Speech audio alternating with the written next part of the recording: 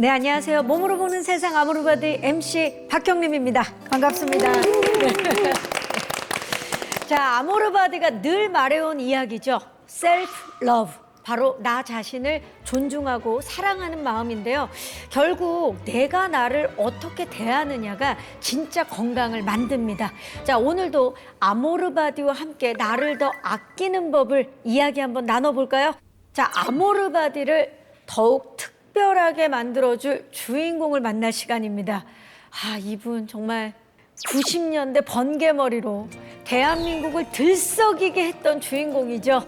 이의정 씨입니다. 네, 어서 오세요. 안녕하세요. 배우 이정입니다. 반갑습니다. 유산수가 내게 말을 해 뻔뻔하게 내게 다가와 얼음 같은 눈빛으로 얼음 같은 그 미소로 너야 너 시골 영광처럼 가는 기차놀이에. 아, 늘 만나면 너무 활기가 생기고 기분이 너무 좋아져요. 그런데 오늘은 이의정 씨가 아모르바디를 찾은 이유가 조금 특별하다고 제가 들었거든요. 네, 맞아요. 아모르바디 최초로 건강 고민을 해결하고 싶어서 SOS를 치셨다고요? 네, 맞습니다. 이제는 지긋지긋하게 진짜 벗어나고 싶습니다. 제가 10년 전쯤에는 20kg 넘게 감량을 했었거든요. 그쵸? 그래서 유지를 잘하고 있다라고 생각을 했는데 40대가 후반이 되면서 나이살이 찌기 시작하는 거예요. 그러니까 20kg 가까이 체중이 또 늘기 시작한 거예요. 현재는 60kg가 지금 넘습니다. 솔직히 몸무게를 공개하는 게 좀 쉽지는 않았어요. 근데 지금은 그만큼 간절하다는 거죠. 그래서 이번에는 제대로 건강하게 빼고 싶습니다. 그래서 그 방법을 아모르바디에서 배울 수 있을 것 같아서 나왔습니다, 제가. 잘 오셨어요. 네. 아모르바디와 함께 무리하지 않으면서 네. 현실적으로 지속 가능한 다이어트 해법을 하나씩 찾아가 보도록 하겠습니다. 네. 하지만 그 전에 먼저 모두가 기다리던 그 시간이 돌아왔습니다. 우리가 또 해야 될 건 해야겠죠. 그렇죠. 네, 제가 노래를 짧게 불러드리면 네. 그게 오늘의 화두가 뭔지에 대한 힌트니까 네. 한번 맞춰보시길 네네네. 바랄게요. 시작합니다. 하나, 둘, 셋. 붉은색, 푸른색 그 사이 3초 짧은 시간 노란색 빛을 내는 저기 저 신호등이. 자, 힌트예요. 신호등? 저 왔습니다. 왔어? 노란색 신호등 황달이죠. 아닌가? 접근이 달라요. 황달이다. 요거 황달. 제가 지금 황당한데. 예. 신호등. 네네. 먹어도 돼? 먹지 마. 뭐 이런 거. 왠지. 백내장. 백내장. 오늘 뭐 다양한 지금 병명들이 나오고 있는데 다들 잘못 짚었어. 신호라는 키워드. 예. 배는 이미 찾는데도 입은 계속 뭔가를 찾고요. 그렇죠. 그리고 먹고 나서 또 후회하는. 있어요. 그런데 이 배고픔 정말 몸이 보내는 진짜 신호일까요? 아니면 우리가 착각하고 있는 가짜 신호일까요? 가짜 신호. 그래서 준비한 오늘의 화두는 가짜 신호에 속지 마라. 속지 마라.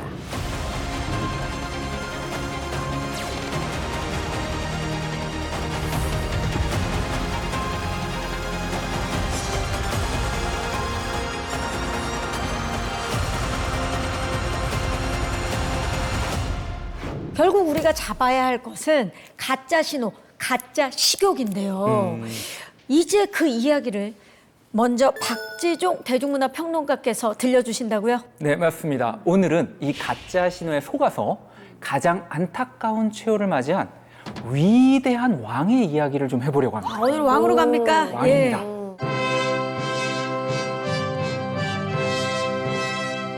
그는 무려 41세라는 비교적 늦은 나이에 왕위에 오른 인물인데요.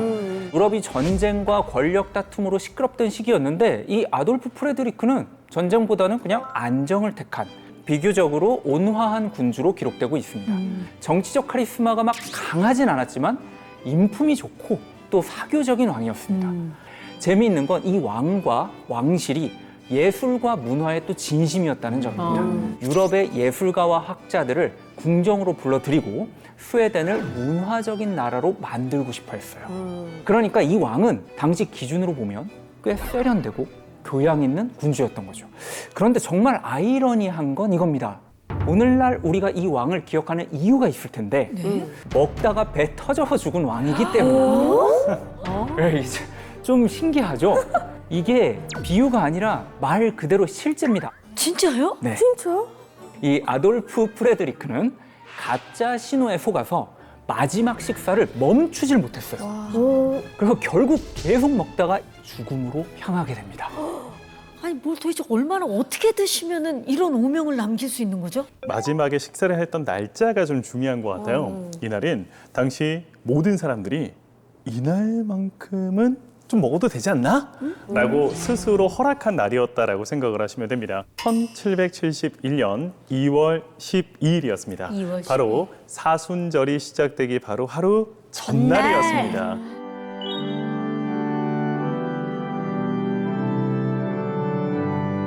그래서 보통 내일부터는 이제 금식을 시작해야 되니까 오늘 하루만큼은 좀 마음껏 먹자. 왕족뿐만 아니라 귀족들, 일반 평민들까지 쉬지 않고 고기와 음식들을 마음껏 먹는 날이라고 생각을 하시면 되는데요. 우리도 좀 비슷한 날들이 있잖아요. 다이어트하기 바로 좋날? 그렇죠. 이거는 경험담이야. 예. 연휴 지나고 나서 다이어트 하면 되니까 요번 연휴 때까지는 좀 먹어보자 하면서 지금 방송 보고 계시는 분들도 이런 생각하고 계시는 분들 그쵸, 많이 있으실 그쵸. 것 같아요. 프레드리크도 그런 분위기 속에서 그 마지막 최후의 만찬을 즐기고 있지 않았을까라는 생각이 듭니다. 이날 엄청난 양의 음식을 먹었다라고 하는데요. 랍스터, 캐비어, 그리고 훈제, 청어 골고루 이제 드시기 시작하셨는데 이런 음식에 또 술이 빠질 수는 없잖아요. 그럼요. 샴페인을 비롯한 다양한 와인들도 드시기 시작했다라고 합니다. 그런데 우리가 아무리 배가 불러도 포기하지 못하는 게 한 가지가 있잖아요. 디저트. 그렇죠. 이때 당시에 먹었던 디저트는 바로 셈라라고 하는 디저트입니다. 그런데 이걸 그냥 먹지 않고 네. 따뜻한 우유에 적셔서 즐겨 먹는다고 해요. 맛있겠다. 일단 상당한 고칼로리, 이 셈라만 무려 14그릇을 드셨다고 합니다. 이 빵이 셈라가 한 요 정도 보통 합니다. 요 정도 보통 합니다. 이걸 14개 먹은 거잖아요. 이걸 이제 우유에 적셔서 훨씬 더 커졌을 거예요. 14. 이게 멀쩡할 리가 없잖아요. 저녁 식사를 끝내고 난 이후부터 이제 극심한 보통이 찾아오기 시작했고요. 이후에 극심한 호흡곤란까지 이어지기 시작하더니 결국 그날 밤 그는 세상을 떠나게 됩니다. 아, 속상하기도 하고, 예, 안타깝기도 하고, 그리고 또 우리가 사실 이제 명절이잖아요. 이 명절에 오늘까지만 딱 먹자. 내일부터는 다이어트다. 맛있게 먹으면 0칼로리다. 이러면서 우리가 그런 마음으로 막 먹는, 뭐 표정 왜 이래요? 나만 그래요? 저만 그런 마음으로 먹었던 거예요. 맞아요, 아무리 맞아요, 봐도 맞아요. 특공분들도 명절에 평소보다 더 많이 먹지 않나요? 사실 명절에는 집에서 전, 갈비, 잡채 냄새가 진동을 하잖아요. 그러니까 배가 불러도 그냥 손이 가요. 그러니까요. 아니 왜 이렇게 명절 음식 앞에서는 식욕 조절이 어려워지는 건지 너무 궁금해. 이게 특별히 이유가 있는 건가요? 사실 이거는 의지의 문제는 아니에요. 의지의 문제가 아니라 우리 몸이 자연스럽게 반응을 하는 겁니다. 지금 다들 다행이다 하셨네요. 자책하면서 사니까. 네, 그건 아니고요. 우리 명절 음식 생각해 보시면 정말 대부분 고열량 그리고 고탄수화물 조합이잖아요. 근데 이런 음식을 먹으면 뇌 보상 시스템이 강하게 자극이 되면서 도파민의 분비가 늘어나게 됩니다. 쉽게 말해서 우리 뇌에서는 즐겁다. 기분이 좋다, 또 먹고 싶다 이런 신호가 굉장히 강해지는 거죠. 근데 그러다 보니까 이미 배가 어느 정도 찼는데도 뇌는 아직 충분하지 않아, 더 먹어도 돼 라고 착각을 하게 됩니다. 특히 식욕을 자극하는 호르몬인 그렐린 호르몬의 조절이 깨지면서 배가 부른데도 계속 먹고 싶어지는 가짜 배고픔 신호가 만들어지는 거죠.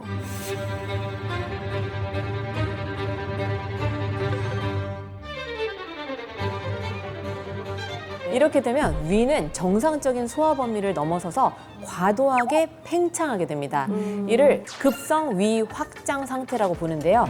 이 자체만으로도 강한 복통과 호흡곤란 이런 것들을 유발을 할 수가 있고요. 문제는 여기서 끝이 아닙니다.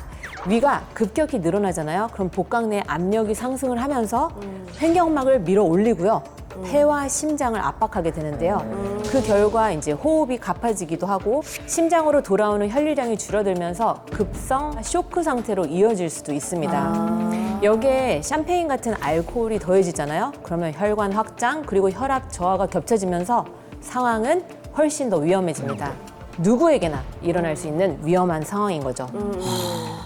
이 가짜 신호에 속아서 오늘만 하다가는 진짜 우리가 내일을 잃을 수도 있겠다라는 생각이 들어요. 겁이 확 나요. 그죠. 소름인 게 뭐냐면 그런 생각으로 요요를 반복하고 있거든요. 그러니까 이번 주만 지나고 명절만 지나고 그게 식욕이 무너져서 미루다 보니까 다이어트를 다시 시작할 때마다 몸이 더 힘들어져요. 이게 굉장히 중요한 포인트가 될 수 있습니다. 사실 과식이 반복이 되게 되면요. 단순히 체중만 다시 늘어나는 게 아니라 위가 지속적으로 늘어난 상태에 적응을 하게 되고요. 그 결과 예전보다 훨씬 더 많은 양을 먹어야만 포만감을 느끼는 상태로 바뀌게 됩니다. 식욕 조절 기능의 이상으로 이어지게 되는 거죠. 그리고 또 하나 중요한 건 이런 것 자체가 심혈관에도 부담을 늘게 할 수 있다는 건데요. 소화를 위해서 많은 혈액이 아무래도 위장관으로 많이 몰리게 되잖아요. 이 상태가 반복이 되면 심장과 혈관에 만성적인 부담을 주게 됩니다. 실제로 일부 연구 결과에 따르면요. 출산 경험이 있는 여성 중에 과거 중증 신경성 폭식증 병력이 있었던 경우에는 그렇지 않았던 여성보다 심근경색의 위험이 최대 21배까지 높게 나타났다고 하고요. 또 다른 연구에서는 신경성 폭식증이 있는 사람은 그렇지 않은 사람에 비해서 사망 위험이 2.7배가 높았다고 합니다. 뭐 명절 중에 하루 좀 뭐 많이 먹었다고 그게 뭐 또 그렇게 문제인가 싶다가도 이게 조금씩 과식을 반복하는 습관들이 몸에는 정말 치명적인 거라는 생각이 들어요. 그래서 저도 참다가 식욕이 폭발해서 막 허겁지겁 먹어요. 그 다음에 우바이트를 해요. 손가락으로. 진짜요? 네, 우바이트를 해요. 손가락으로. 진짜요? 네, 손가락으로. 일부러? 일부러. 아마 저 말고도 우리 아이돌이나 아니면 배우들은 항상 그런 거를 겪고 있어요. 근데 이게 자꾸 음식을 먹게 되는 게 이제 가짜 신호 때문이라고 이제 말씀을 주셨잖아요. 왜 우리가 가짜 신호에 속을 수밖에 없는지 한 여성의 이야기를 통해서 한번 들여다볼까 하는데요.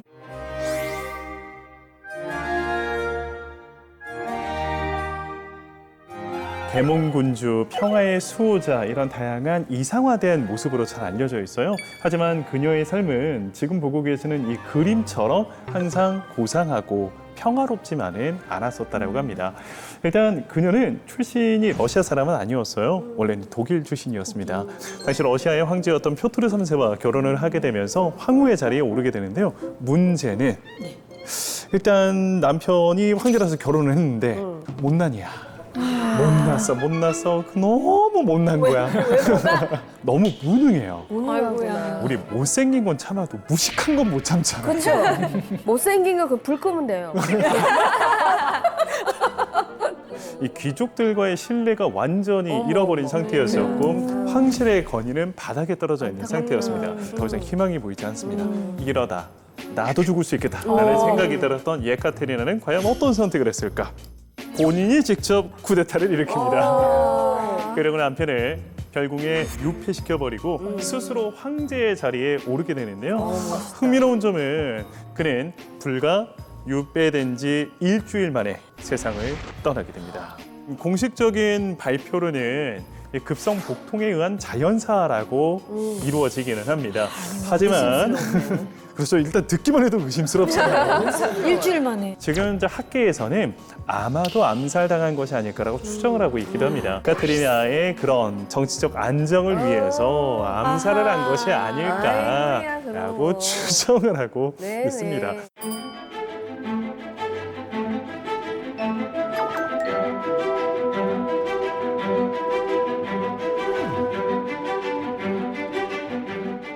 그런데 이렇게 냉혹하고 강력했었던 여제가 이겨내지 못한 것이 한 가지가 있었다고 합니다.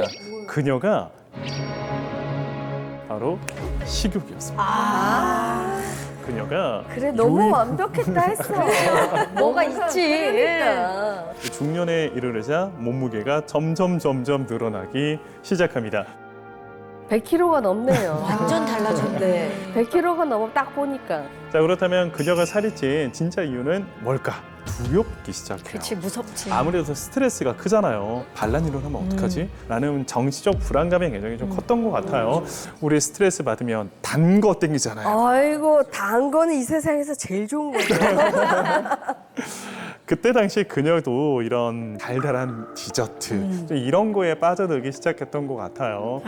이런 맛있는 음식에 위로를 받으면서 식탐은 점점 늘어나기 시작합니다. 결국에는 심각한 비만으로 이어가기 시작합니다. 야, 진짜 그 권력을 다스렸던 아주 강력한 여제도 식욕을 다스리지 못했다고 하니까 가짜 신호에 이렇게 속지 않는 게 그만큼 너무 힘든 일인 것 같아요. 아니, 저는 왜 점점 더 식욕이 조절이 어려운지 모르겠어요. 저는 스트레스 받으면 단 거를 하루 종일 먹어요. 그러니까 저 같은 경우는 입에 한 번 대면 8시간을 먹어요. 그러니까 계속 가짜 신호가 신호를 보내는 계속 거죠. 먹어요. 물론 이렇게 식욕 조절이 점점 어려워지는데 정말 다양한 원인들과 요인들이 있겠죠.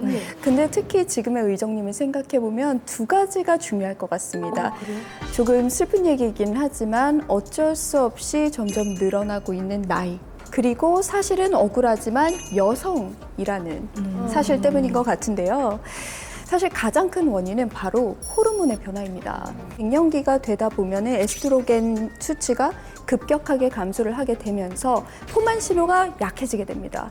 그러니까 반대로 우리 뇌는 계속 배고프다라는 가짜 신호를 보내게 되는 겁니다. 그렇기 때문에 배가 부른데도 자꾸 손이 가고 조금 먹어서는 배가 부른 것 같지도 않고 만족감도 없고요.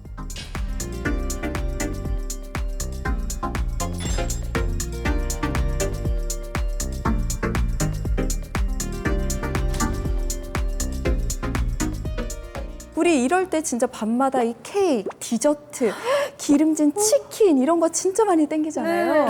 이런 것들이 바로 이런 이유 때문이라고 볼 수 있습니다.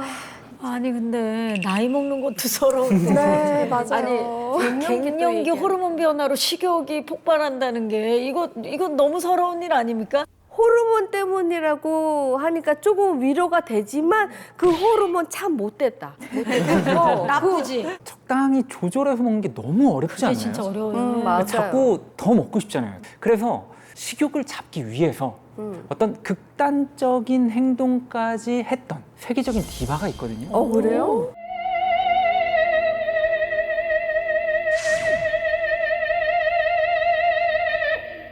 오, 진짜 아름답다 음성이.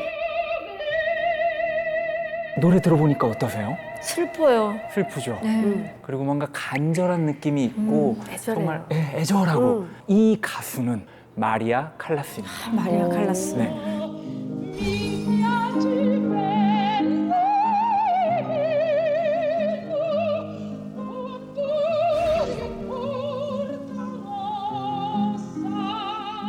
즉 관객의 마음을 완벽하게 요동치도록 만든 소프라노였습니다. 그리스계 이민자 가정에서 자랐거든요. 근데 그녀는 어머니로부터 좀 무조건 잘해야 된다라는 압박을 받으면서 자랐습니다. 특히나 이 성악에 재능이 있다는 게 발견되고 나서는요, 거의 학대에 가까울 정도로 완벽함을 강요받으면서 성장하게 됩니다.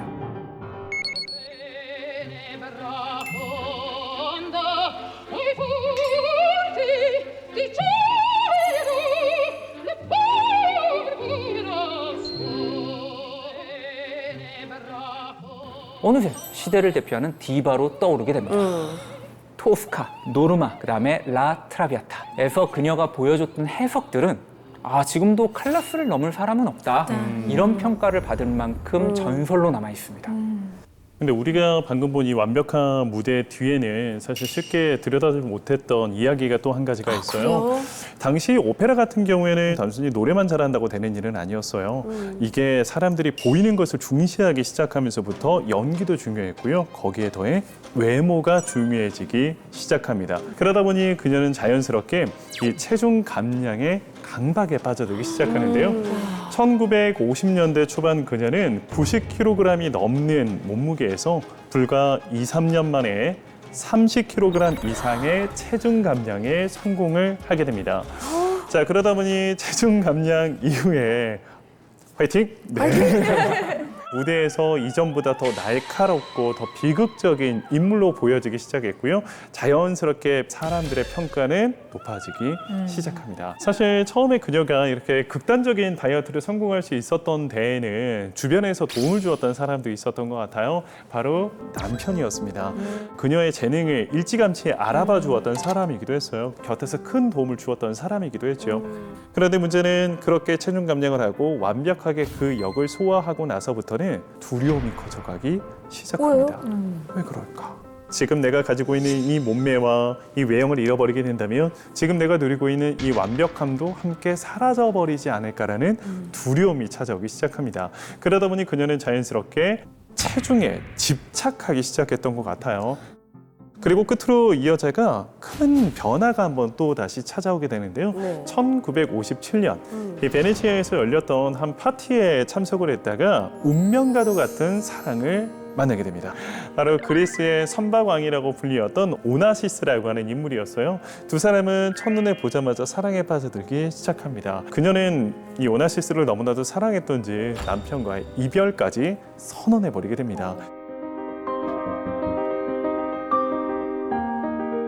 오나시스는 이후 1968년 제클린 케네디와 결혼을 해버리게 되는데 심지어 다른 여자와 결혼을 하면서 연인이었던 클라스에게 통보조차 하지도 않았고 언지도 없었다라고 합니다. 안타깝네요. 자, 이제 그녀에게 남은 것은 자신의 커리어밖에 없잖아요. 그렇네요. 그러다 보니 더욱더 이 커리어, 배역, 몸무게, 체중에 집착하기 시작합니다.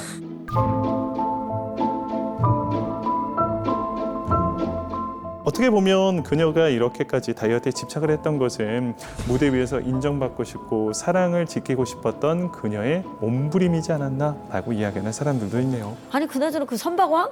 네. 아 진짜. 황당하네요, 황당해. 왜요? 너무 황당해가지고. 나쁘네 진짜. 근데 너무하는 거 아닙니까? 남녀간의 이야기는 양쪽 이야기를 다 들어봐야 되기 때문에. 아니 근데 그 제클린이랑 결혼한 건 사실이잖아요. 아 근데 제가 왜 여기서 오나시스를 내게 변하는지는 모르겠는데. 아니 근데 이 사랑이 참 뭐라고 결국 그러니까, 모든 뭐라고 이야기에 그래요. 그 중심에 사랑이 있어요. 네, 그 맞아요. 사랑 때문에 극단적인 지금 다이어트를 근데 저도 칼라스처럼 극단적인 다이어트를 많이 했었어요. 근데 20kg 감량했을 때도 소고기만 먹는 원푸드 다이어트도 했었던 기억이 있고 원푸드 다이어트로 식욕을 통제하면 뭐 살 빠지는데 근데 기력도 없고 근육도 빠지고 대가가 혹독하긴 하더라고요. 네, 맞습니다. 이 칼라스가 사랑과 성공을 붙잡기 위해서 선택한 극단적인 식욕 억제의 대가는요, 너무나 혹독했습니다. 그녀는 체력이 눈에 띄게 떨어졌습니다. 회복력이 약해졌고요. 면역력은 당연히 또 많이 감소를 했죠.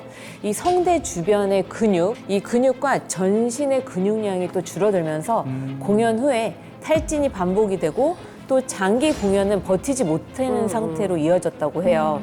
고음을 유지하는 그 힘이 또 떨어지면서 칼라스는 무대에서 점점 멀어질 수밖에 없었습니다. 너무 안타까운 것 같아요. 내가 사랑하는 걸 지키려다가 사랑하는 걸 잃게 돼버린 정말 비운의 디바가 아닌가 싶습니다.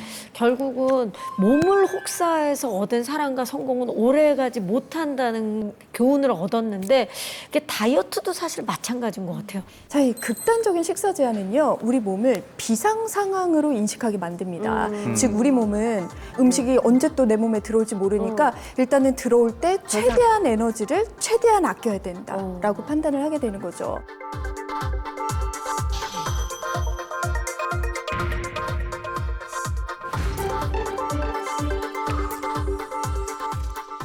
그런데 더 중요한 건 식욕은 사라지는 게 아니라 오히려 더 예민해진다는 겁니다. 몸은 적은 음식에도 아까 말씀드렸다시피 최대한 들어올 때 에너지로 저장을 하려는 형태로 바뀌면서 결국은 먹는 족족 살로 가는, 살이 쉽게 찌는 체질로 바뀌고요. 또 이렇게 하다 보면 예민해지면서 감정과 식사가 더 강하게 엮여버려서 먹는 행위 자체가 내 불안과 스트레스의 해소수단이 되어버릴 수 있다는 거죠. 무작정 식욕을 잡겠다고 굶는 건 정말 절대 해서는 안 되는 방법인 거죠. 자, 우리가 지금까지 다이어트 하면서 가장 경계해야 하는 이 가짜 신호. 식욕과 식탐에 대해서 알아봤습니다. 자, 이제부터는 이 가짜 신호를 다스리는 방법을 알아봐야겠죠? 대체 왜 살이 안 빠지는지 정말 이해가 가지 않거든요. 제가 뭘 잘못하고 있는지 전문가 선생님들의 조언이 필요합니다. 자, 그래서 아모르바디 최초로 네. 건강을 되찾기 위한 12주간의 다이어트 프로젝트를 진행해 보려고 하는데요. 네. 그 전에 어떤 다이어트를 하고 있는지, 왜 실패하는지부터 우리가 알아봐야겠죠. 화면으로 함께 만나보시죠. 하나, 둘, 셋, 넷, 다섯, 오, 어머. 아유, 뭐 생활 습관 아주 좋은데요? 아홉, 열. 야, 힘들지? 종아리 아프지 생각보다. 허벅지가 너무 아프다. 아, 진짜. 제 옆에서 운동 도와주시는 분은 제 남자친구입니다. 인상 좋으시네. 너무 건장하신데요? 여기 기대해 보세요. 자, 시범 보여드릴게요. 벽 스쿼트는 다리에서 무릎까지 90도. 90도 만 다음에 팔짱 끼시고 이렇게 해서 1분간 버티는 거예요. 오 마이 갓. 1분간. 자, 잡아줄 테니까 내려오세요. 한 번 내려가면 90도까지만 딱. 아니에요. 맞춤형으로 매일매일 30분씩 집에 와서 저한테 홈트를 해주는 남자친구가 너무 멋지죠? 하늘로 날아오자. 자, 잘하는 거 있잖아. 시작. 하나, 둘, 오, 자세 좋다. 다리 좀 더 들고. 아홉. 어머, 근데 루틴이 좋은데요? 그러니까요. 그렇죠? 다이어트 성공 잘하실 것 같은데. 아니, 일단 저 자세가 굉장히 힘들어요. 그러게요. 네, 네, 저거 저 힘들어요. 바닥 스쿼트를 10개 네. 이상 하신다는 건 코어가 확실히 잡혀 있으시다라는 네, 거고. 팔다리 같이 드는 게 네. 진짜 힘들어요. 네.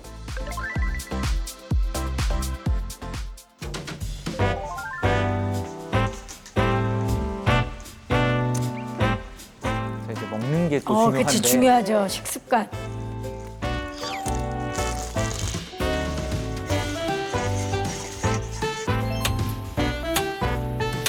된장찌개를 굉장히 좋아해요. 아, 요리를 직접 하시네요? 네. 요리 잘하세요. 오. 네. 주로 한식으로 좀 많이 먹어요. 채소 같은 거라든지 그리고 찌개 같은 경우도 자극적이지 않은 거. 그리고 이제 남자친구가 또 식단을 짜주거든요. 그 방식대로 먹는 경우가 되게 많아요. 또 운동선수셨으니까. 그러니까요. 균형 잡힌 식단 하시는 것 잡곡밥을. 같은데. 예, 너무 좋은데요? 네. 짜잔! 잘 먹겠습니다. 건강한 식단.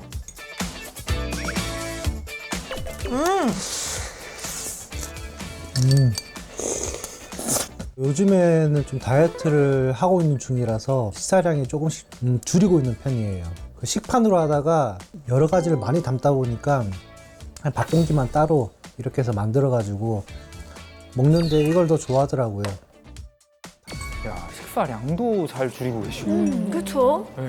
지금까지 보면 모든 게 완벽한데.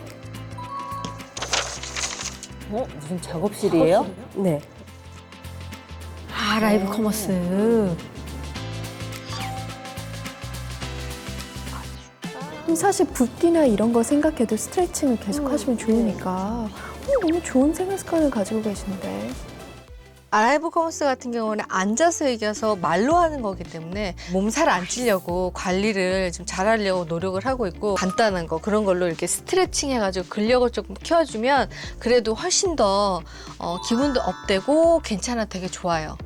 아니, 지금 영상 보니까 네. 완전히 그 열정 만렙 다이어터라는 생각이 드는데 식단 굉장히 균형적으로 챙기고 있죠. 생활 운동까지 지금 다이어트의 정석을 지금 보여주고 있는데요. 아니, 이게 그냥 촬영한다고 보여주기 위해서 하신 게 아니라면 안 빠질 이유가 없는데? 그러니까요. 그래서 저도 답답한 거예요. 알고 있는 지식을 총동원해서 건강하게 하는 거거든요, 제가 지금. 그런데 말입니다. 촬영하러 갔던 제작진들에게 또 다른 제보가 들어왔습니다.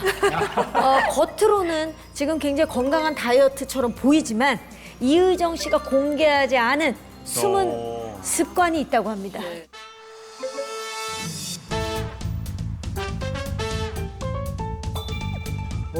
벌써 2시 반이야?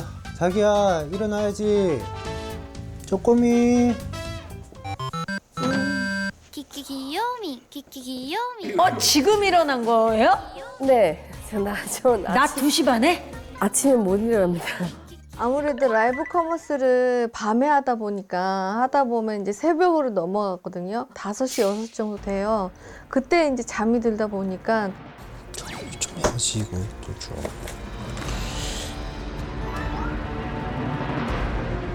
지금 뭐를 드시고 계시는데? 딸기 우유 드시는 것 같은데요? 어머 진짜 딸기 우유네.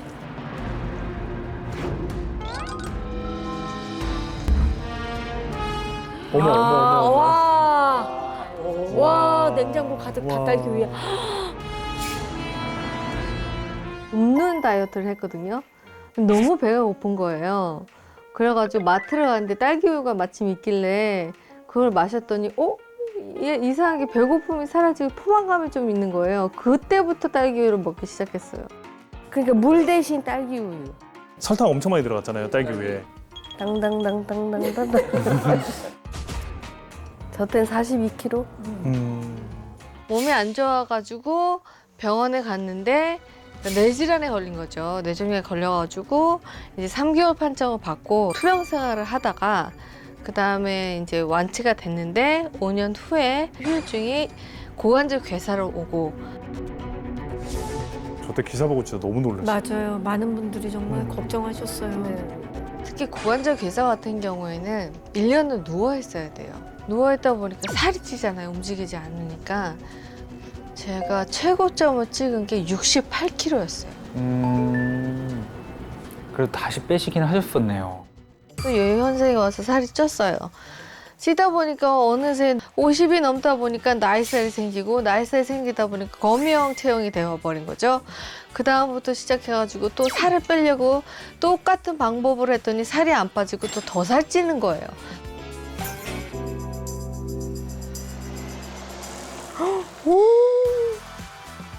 심각하게 많은 58kg인데 허리가 거기에 비해서는 허리둘레가. 진짜 여기서 더 올라가면 안 될 것 같으니까 누군가가 나한테 좀 더 스파르타식으로 좀 더 가르쳐 주셨으면 좋겠어요.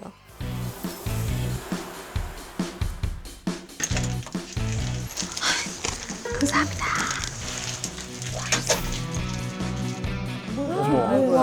쌀국수 같아요.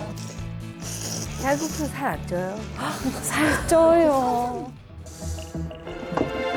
이게 무슨 냄새야? 깼어 어떻게? 나? 사실 시간이 몇 시인데 아침 11시 반밖에 안 됐어. 자기가 운동도 열심히 했는데 이렇게 다 먹으면 소용없단 말이야. 관리해야지. 아는데. 일주일에 얼마나 자주 있는 일인가요? 아니, 그렇게 자주 하진 않아요. 일주일에 한 번, 2번. 내 얘기 같다고 느끼시는 분들 많을 거예요. 왜냐면 저도 그래 다이어트 해야지, 좀 굶어야지, 좀 참자 하다가 참다 늦게 먹어요. 근데 제가 왜 SOS를 신청했는지 아시겠죠? 그러니까 특히 건강 때문이라도 지금 살을 빼야 돼요. 왜냐면 허리 둘레가 33인치예요. 그러면 진짜 비만인 거잖아요. 선생님들한테 제가 조언을 얻어서 진짜 건강하게 살을 빼야 됩니다.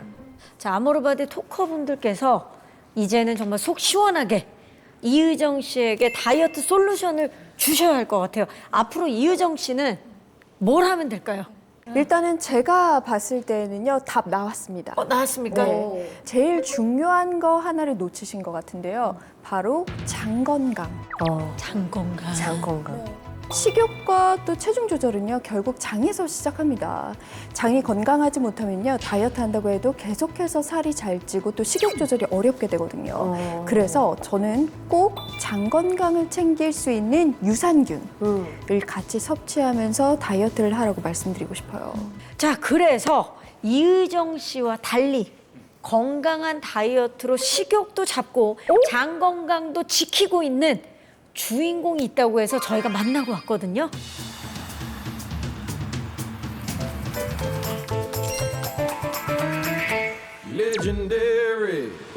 이분이에요? 연세가 있으시네. 오. 아니 딱 보기에도 연배가 있으신데 지금 뭐 근육부터 시작해서 운동량이 상당한데요? 안녕하세요. 53세의 강재인입니다. 53세? 야, 고도비만에 53세? 탈출하셨대요. 예. 4년 전에 제가 82kg에서 고도비만이었는데요. 그때 진짜 살찌니까 배가 제일 많이 나왔거든요. 야, 차이가 어마어마한데요. 54kg의 허리둘레가 26인치.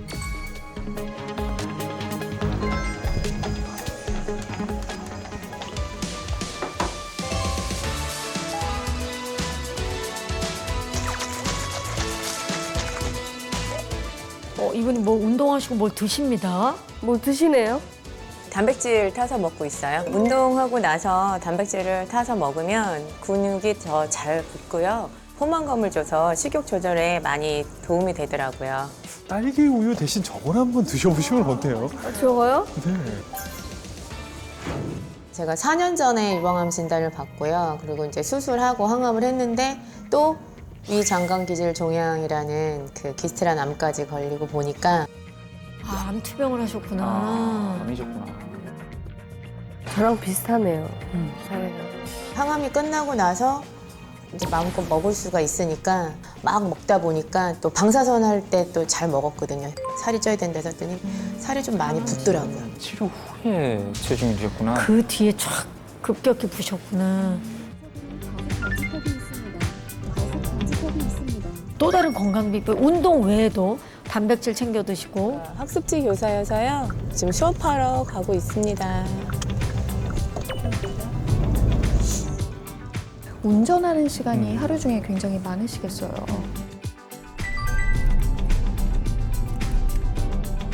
저 뭐 드세요? 이동하면서 뭐를 드시는데 저 뭘까요? 견과류 아니에요, 견과류? 아, 이건 서리태예요. 살짝 데쳐가지고 얼려서 먹는데 소분해서 넣어놓으면은 과자처럼 들고 다니면서 이렇게 먹기도 편하고 맛있어요.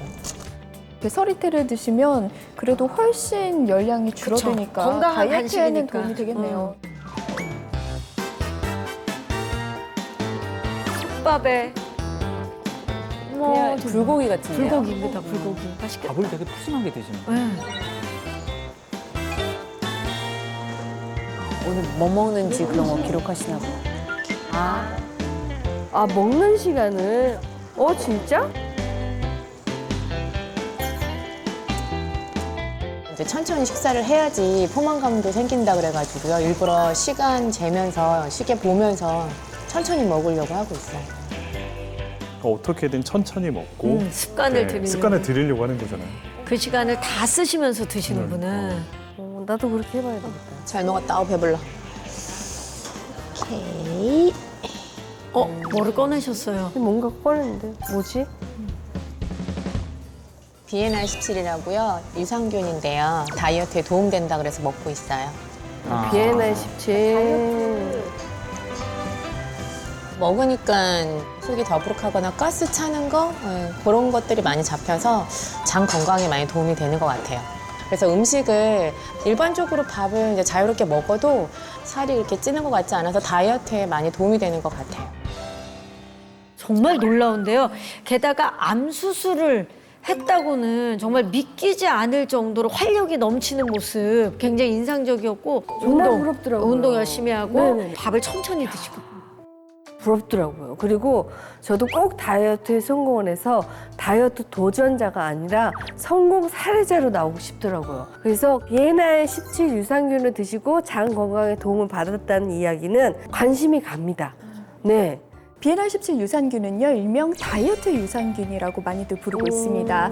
이 한국인의 모유에서 분리된 유산균으로 전 세계 주요 10여 개국에서 체중 증가 억제에 도움이 되는 유산균으로 특허 등록이 되어 있다고 합니다.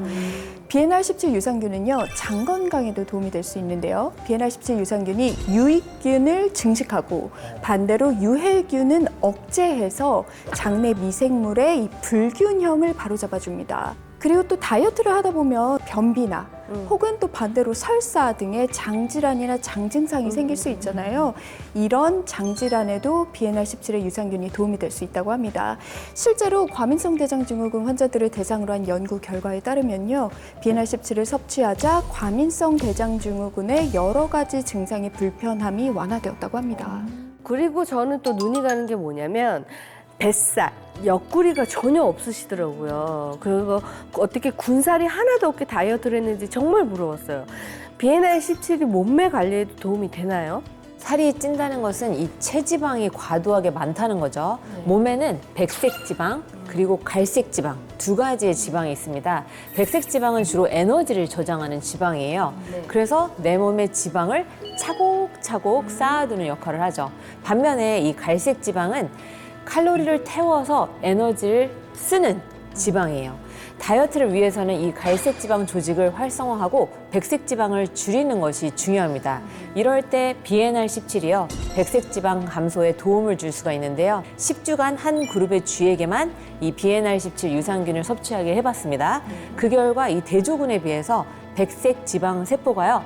35% 감소했다고 합니다. 아, 이것도 이의정 씨 들으면 굉장히 관심 가지실 것 같은데요. 진짜요? 네, BNR17 유산균이요. 혈위둘레를 줄이는 데에도 도움이 됐다고 합니다. 어머, 네. 33일째. 인체 적용 시험 결과 과체중 비만 그룹이 12주간 BNR17을 섭취를 했더니요. 허리둘레가 95cm에서 90cm로 줄었다고 합니다. 그러니까 정말 이 복부의 내장 지방을 줄여주는 데 도움이 된다고 할 수 있겠죠. 그리고 또 BNR17을 섭취한 실험군의 체중, 엉덩이 둘레, 그리고 체질량 지수도 줄었다는 연구 결과도 있습니다. 그리고 또 되게 인상적이었던 게 있는데 역시 이혜정 씨가 굉장히 관심을 많이 가질 것 같아요. 아까 쌀국수 드셨잖아요. 이 탄수화물을 건강하게 먹을 수 있는 방법이 BNR17 유산균 덕분이라고 또 하더라고요. 자, 탄수화물은요. 크게 두 가지로 나뉘어집니다. 네네. 하나는요. 살이 찌는 탄수화물인 단당류로 여러분들이 좋아하는 빵, 떡, 면 여기에 해당이 되고요. 네, 빵, 떡, 단당류는 먹는 즉시 네. 이 혈당을 높여서요. 살을 찌게 만들죠. 반면에 살이 찌지 않는 탄수화물은 다당류로 현미, 보리와 같은 통곡물이 대표적인 식품인데요. 다당류는 소화 흡수 속도가 느려 천천히 혈당을 높여서요. 상대적으로 살이 찌는 것을 막는 데 도움이 됩니다. BNR17은 과도하게 섭취한 이 탄수화물의 단당류를 모아서 다당류로 만들어주면서 체외로 잘 배출하는 데 도움을 줍니다. 그래서 체지방 감소에 도움을 주는 건데요. 실제로 동물 실험에 따르면 BNR17을 투여한 후에 대변을 분석을 해봤거든요. 다당류의 함량이 5배나 높았다고 합니다. 그리고 제일 솔깃했던 거, 식욕 억제에 도움받았다고 하더라고요. 어떻게 도움이 되는 걸까요? 식욕을 조절하는 호르몬이 렙틴이라고 하는데요. 렙틴. 네, 맞습니다. 렙틴 호르몬이 잘 분비가 되게 되면 우리가 식사 후에 포만감을 느끼게 돼요.